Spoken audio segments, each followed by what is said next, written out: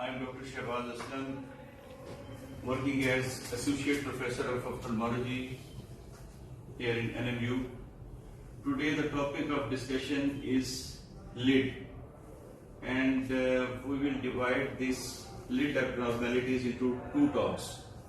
Today we will talk about the positional abnormalities of lids.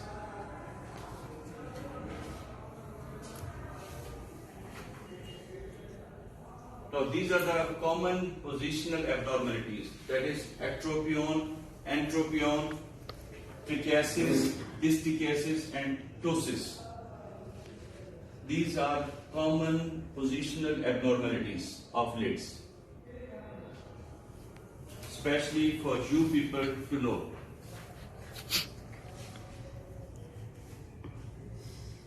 Now the specific learning outcomes. What are these specific learning outcomes? What we mean from specific learning outcomes? That by the end of this talk, every one of you must know, at least should be able to enumerate different positional abnormalities, clinically differentiation of different abnormalities of the lids, and should be able to describe the major treatment of different abnormalities, positional abnormalities of the lids. Now these are our learning objectives or learning outcomes. Hope we'll be able to achieve it by the end of the talk, at least some part of it. Now starting with atropion. What is atropion? By definition, Dr. Rashid, what is atropion? Erosion of the lid margin is called atropion. Very good. So it is outward rolling of lid margin. Outward rolling of lid margin. It's most common in the lower lid. Lower lid is most commonly affected, and there are different types of atropion.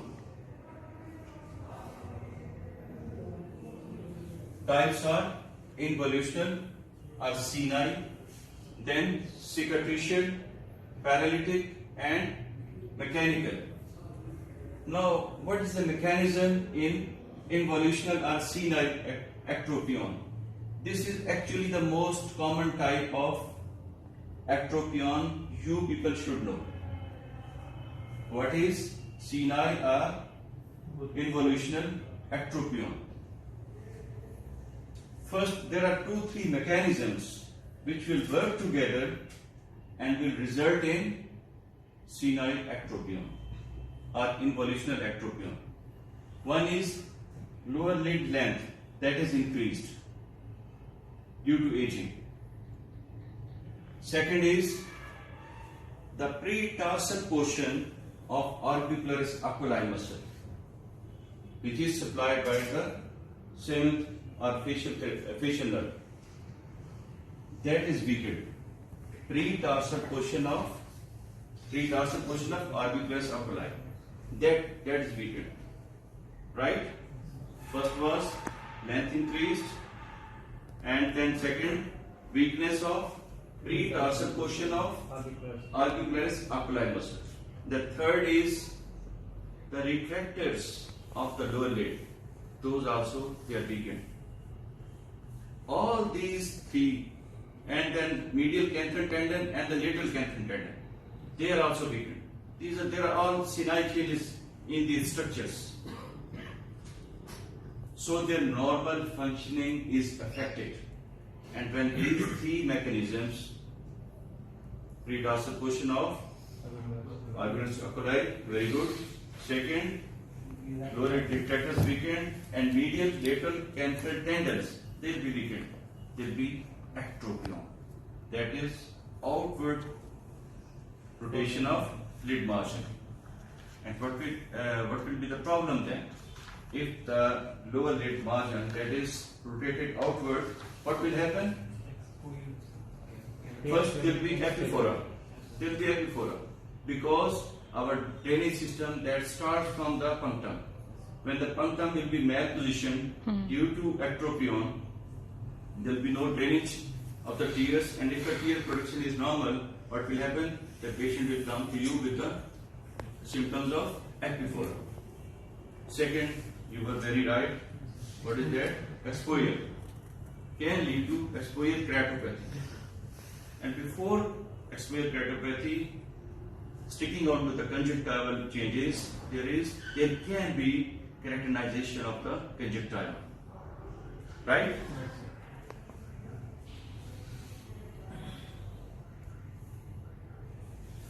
Now coming to treatment of this variety, how can we treat or manage the involutional ectropion? What we do is, the patient comes to you in the OPD, prescribe the lubricants, tear supplements, fine. Then next step, you plan for the surgery. And before surgery, you can, now you will classify it in two types, whether it is mild to moderate ectropion or severe ectropion. If there is mild to moderate ectropion, we have certain procedures. You will start with the Ziegler cautery. Ziegler cautery.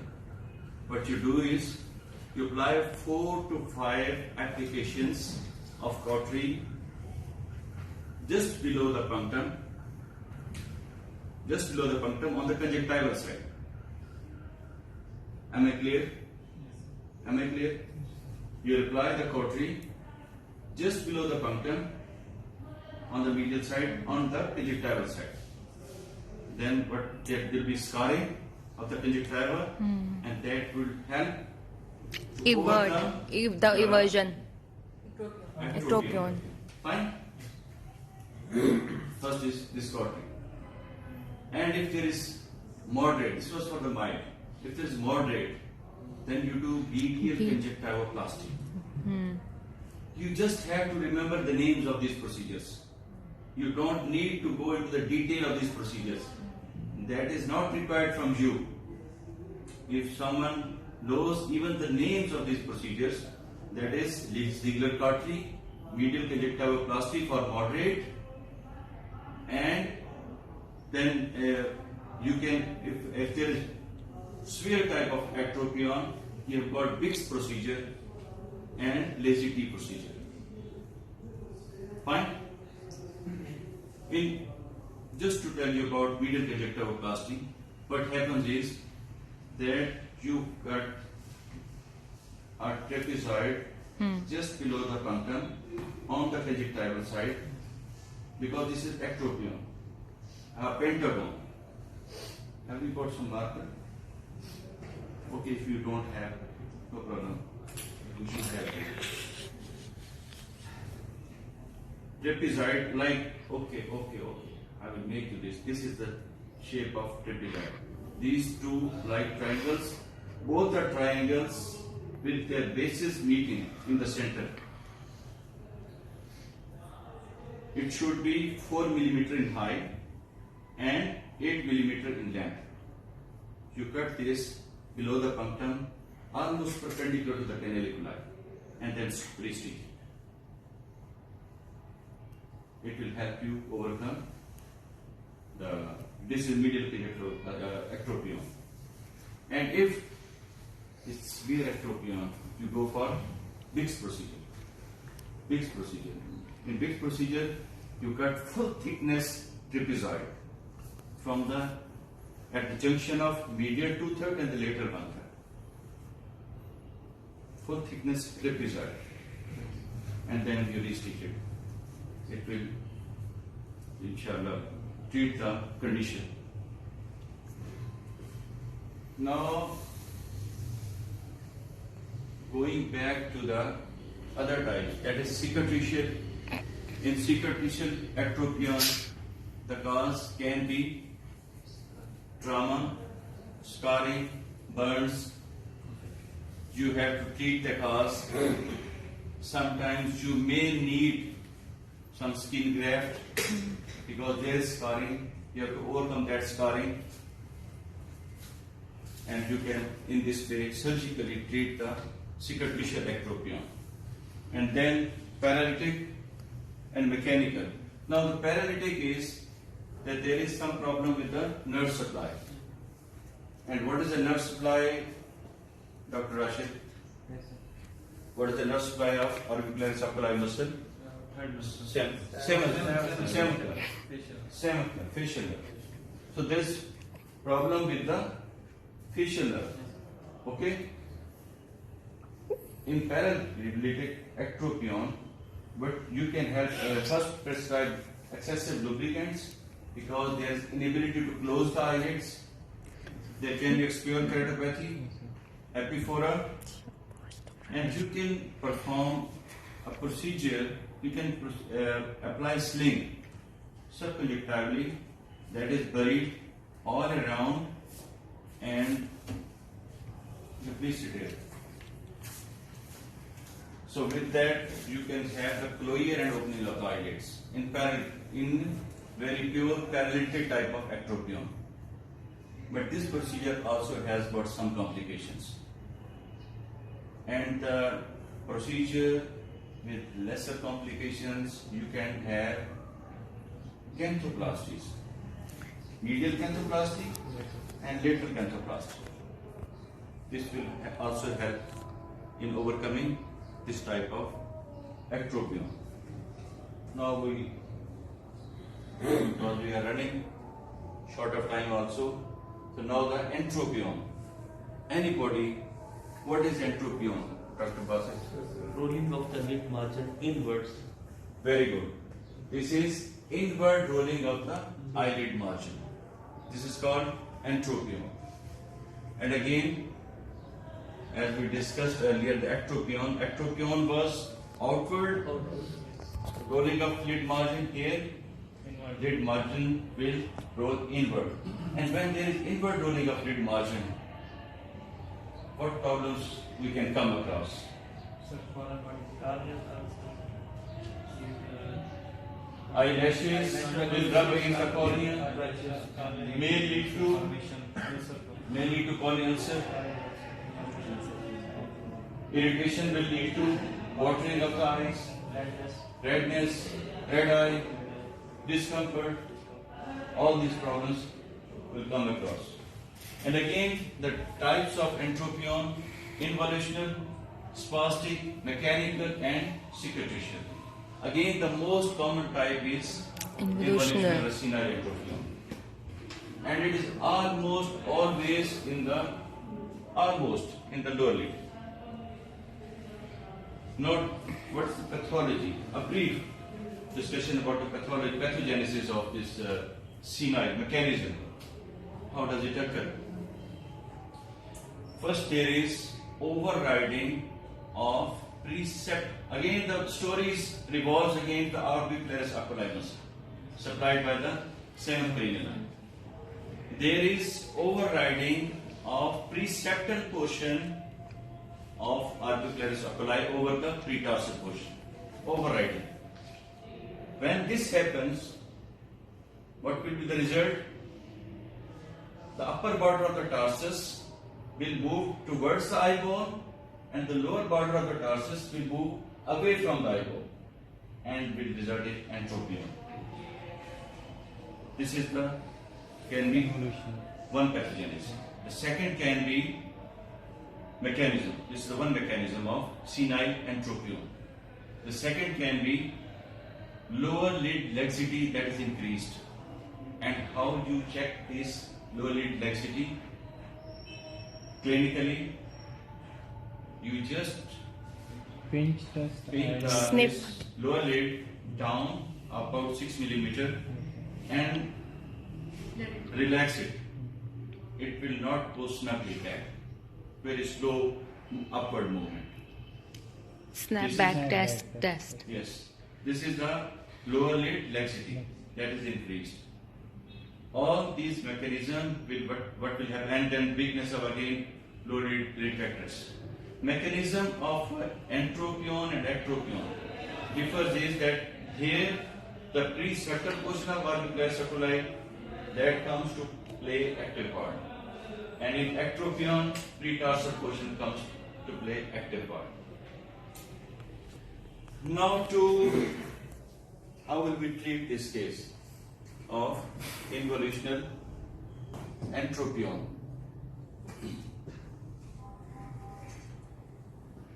Again, medically, you prescribe the tear supplements in the daytime, drops, and at the bedtime, ointments, so that these rubbing eyelashes are not going to damage your cornea.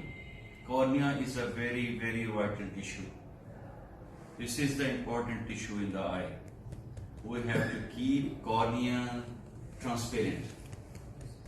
And for its transparency, you will have to respect the corneal layers. That is the epithelium, Bowman's layer, and so on. So for that, by that time you're planning for the treatment, start with the lubricants. Okay? Up till now, I think it's clear. Now next, the treatment, we can apply cautery. First, cautery. Before surgical procedures, if there is mild entropion, just apply cautery. Now, in ectropion, we applied cautery on the conjunctival side. Here we will apply on the skin side, just below the eyelashes, on the skin side. That will make, you can make 1 or 2 rows, that will make a scar and will pull this margin away from the eyeball. The surgical procedures, we have got Weiss procedure, we have got Wheeler's procedure, and Jones procedure. There are 3-4 procedures for the treatment of entropion. Now the other types, cicatricial again, due to scarring. You'll start with the medical treatment, and then ultimately you may have to apply some mucous membrane graft in the conjunctiva, because you have to cut the scar tissue. And when you relieve that scar tissue, the eyelid will come into normal position. Acute spastic entropion, some irritation are in essential blepharosphere, you can have acute spastic entropion. Again, lubricants, and you have to treat the cause. Mechanical entropion is rare. You have to maybe some tumor that can lead to this type of entropion, but for that you have to treat that cause and that. But most common is for you people to remember is senile entropion and the treatment options. You just remember. You need to remember the just names of the different surgical procedures. And Dr. Shahid will repeat for us the surgical procedures entropion. Starting from the cautery, then. Yes, sir. Starting from the cautery, we have to cauterize the near cutaneous side of the lid margin in 2 rows. It will cause the conversion of the lid margin. And then we have 2 procedures, surgical procedure to treat this disease. That is the Weiss procedure and Jones procedure. Weiss, Jones, Wheeler's, lead everting sutures. There are different procedures, and this is up to the level of entropion and surgeon's choice.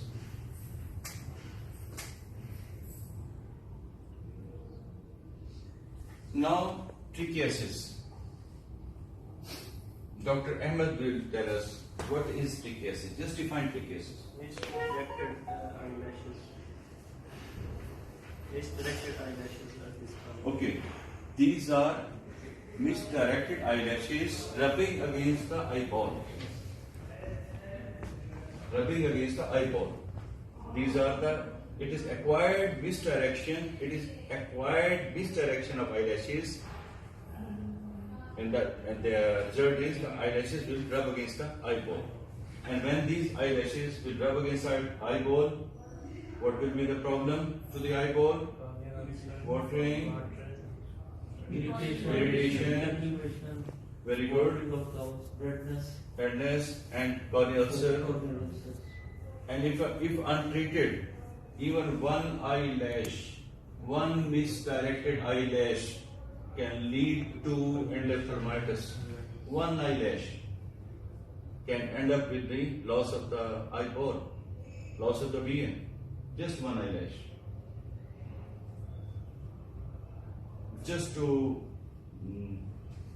make you alert again, I can quote you example of one gentleman. He was from Shah Sultan, a 70 years old man. He had cataract surgery there at Shah Sultan. Came to the IOPD about 10 years back. And when I saw that man was having corneal ulcer, and it was just near to reach at the level of dysmetry.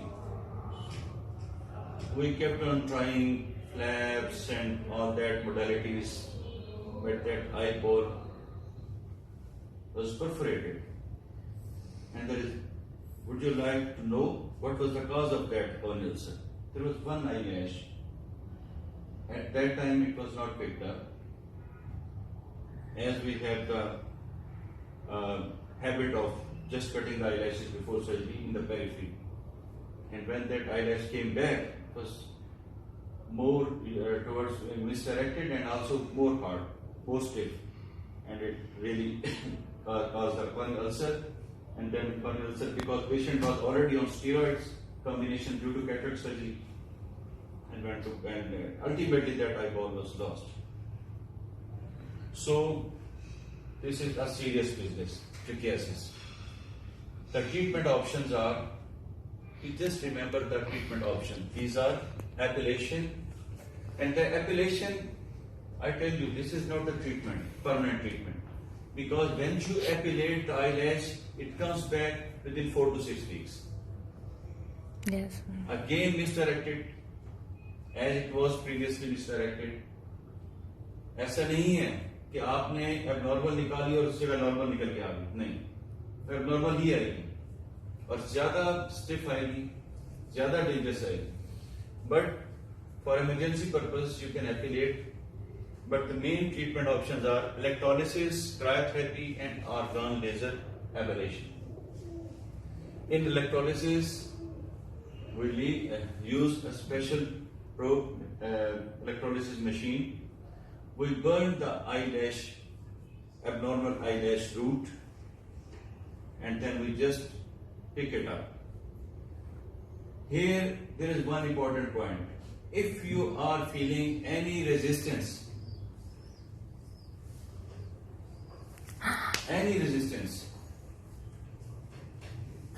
थोड़ा सा पास करते हैं इसको. This is now again coming back to electrolysis. Here you just will pick the eyelash and it should come without any resistance. If you feel any resistance after electrolysis, while you are removing that eyelash, you feel any resistance, it means you haven't reached the base of that eyelash follicle, and that again it will regrow. It should just come out with ease. There should be no resistance at all. Then is cryotherapy. Cryotherapy can be used for trichiasis when we have got 4 or 5 more eyelashes. But here the problem is, because we just apply this cryo probe direct on that affected eyelashes or misdirected eyelashes, and there is in fair colored skin people, there can be depigmentation, and the major side effect is of this cryotherapy is there is meibomian gland dysfunction. We have to safeguard the meibomian glands. Meibomian glands have got a very important function. They secrete the upper oily secretion of our precorneal film.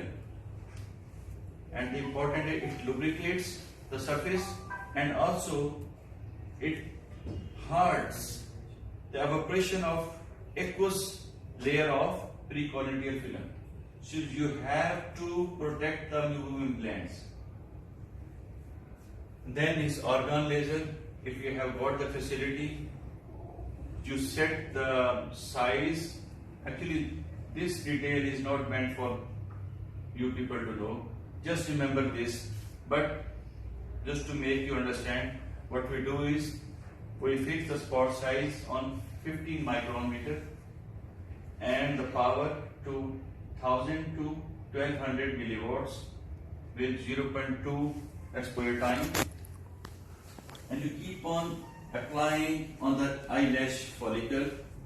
You have to end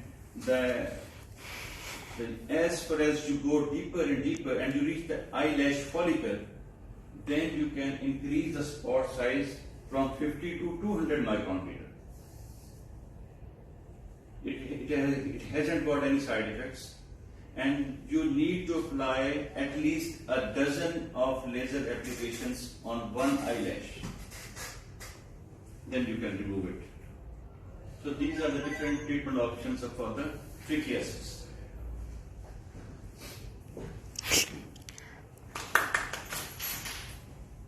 You don't have to glare. Now again is next is dystrichiasis. Dystrichiasis, anybody with definition, Extra row of eyelashes. Dr. Rashid will tell us about. Extra row of eyelashes. Dystrichiasis. Okay, let me add it.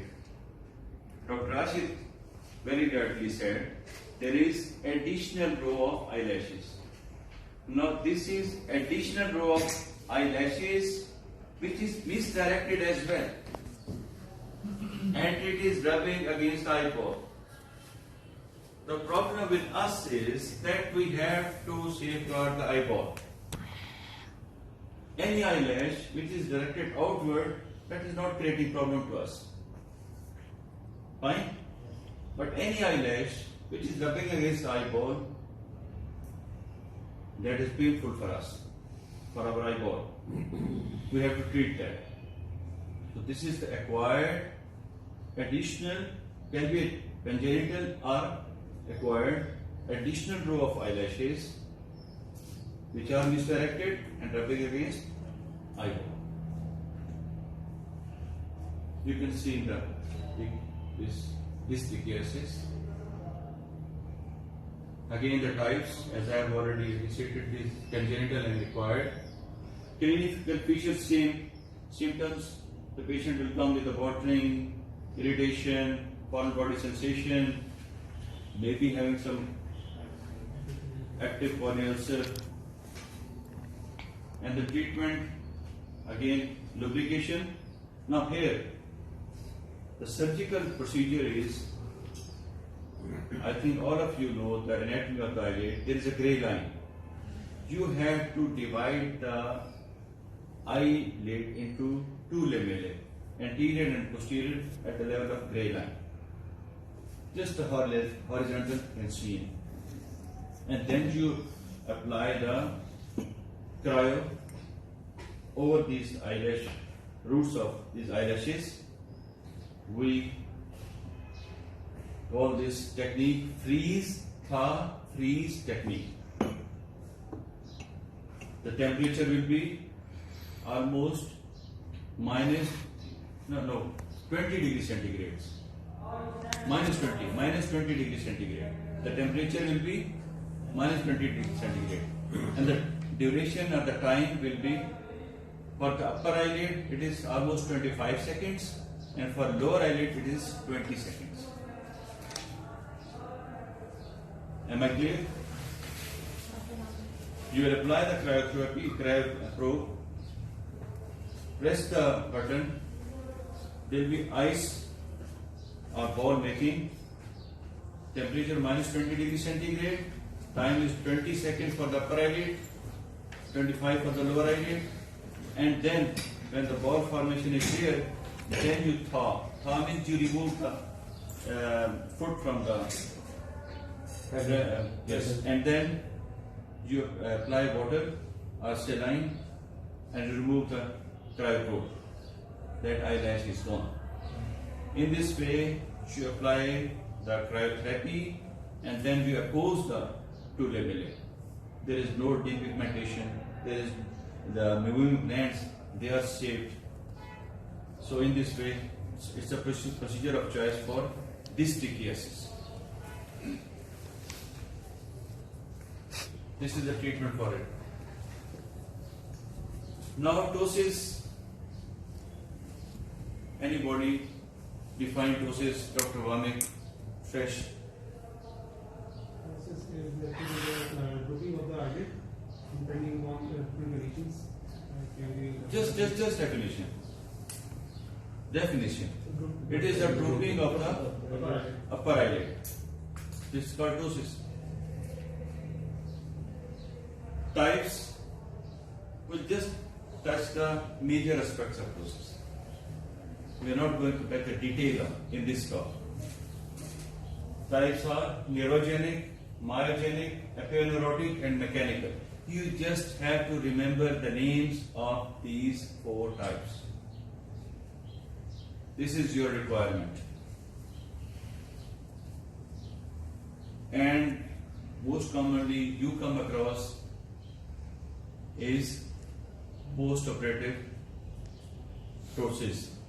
That comes under the heading of aponeurotic ptosis because there is dehiscence or disinsertion of the aponeurosis of the levator palpebrae superioris. And it was most common complication, post-operative complication.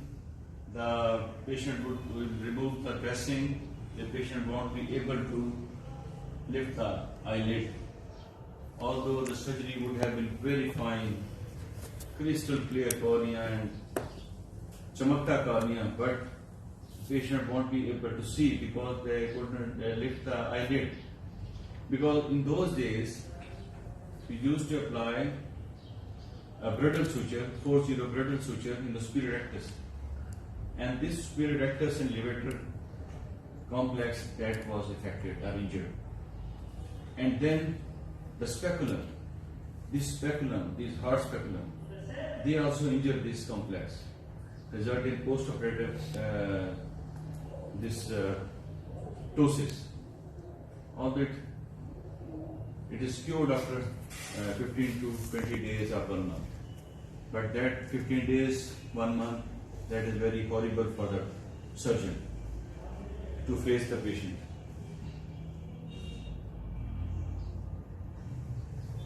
Now to evaluate the patient with the ptosis, to start with the history, onset, age, duration, variability.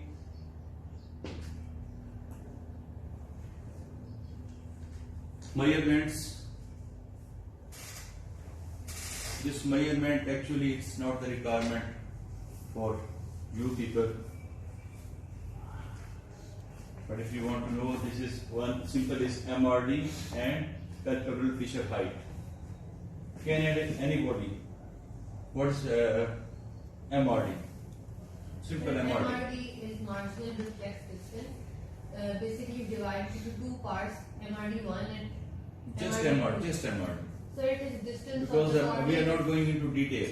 So it's the distance of the corneal reflex from the lid. How to measure? How to measure it? I mean, how can we see it? We ask the patient to look into the light Yes, sir. And you place And you see a star in the cornea. Scale. Yes, and place sir. a Scale. scale Yes, sir. and then you can measure Yes, the that distance, MRD distance. Then is palpebral fissure height. sir. This is the height of the palpebral fissure in primary gaze. Primary When the gaze. patient is looking at That is the primary distance gaze. between the upper lid march And the and lower lid lower march. lid march. Yes, And the average is, in average eyes, 7 millimeter, 7 to 10 millimeter sir. So 7 In 7 males- millimeter in males and 10 millimeter in in females. females. Good.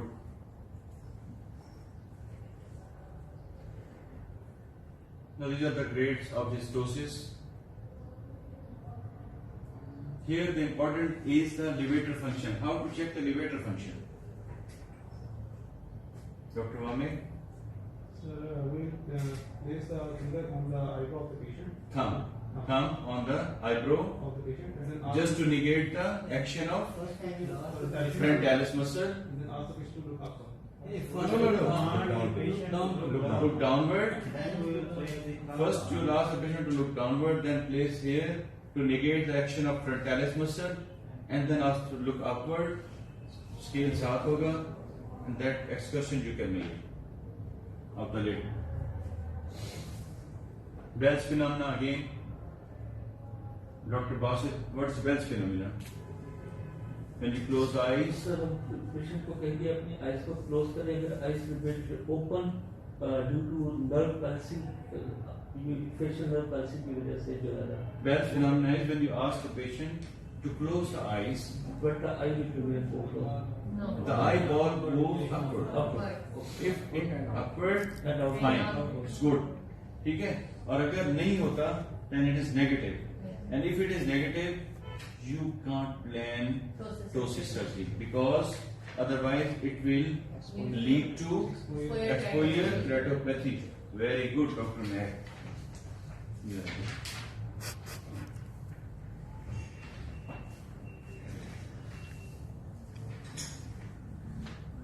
Now these are different surgical procedures depending upon the severity of the ptosis, levator resection, pro-suspension, and conjunctivomolar resection. Now coming back to our learning outcomes. The goals we set were that after this talk, one should be able to enumerate different position abnormalities. I think we have learned a bit of it. Not 100%, but maybe 70%, 60%. There is to clinically differentiate between different positional abnormalities of the lids. And finally, the treatment of different common abnormalities of the lids. With this, I thank you very much for your patient and kind listening. Thank you very much. Now during this talk, any confusion or any question? Sir, I have a single question in my mind. During You had it. you have given a very interactive and very sportive lecture Thank you for very our much. brainstorming also. Thank you very much. Sir, you have told about a mild and moderate evolutionary act of learning in this. You have told us that it will be mild, moderate, and severe. Yes. How we differentiate between mild and moderate? Severe Depends means upon the eye the or depends upon the clinical appearance of ectropion and its distance outward ectropion. We are talking about ectropion. its distance from the globe in outward direction. Sometimes whole lid margin is everted, the sphere form, Severe, yes. and in involution or senile, we come across mostly moderate, and those are treated with medial conjunctival or even with cauterization. Thank you very much.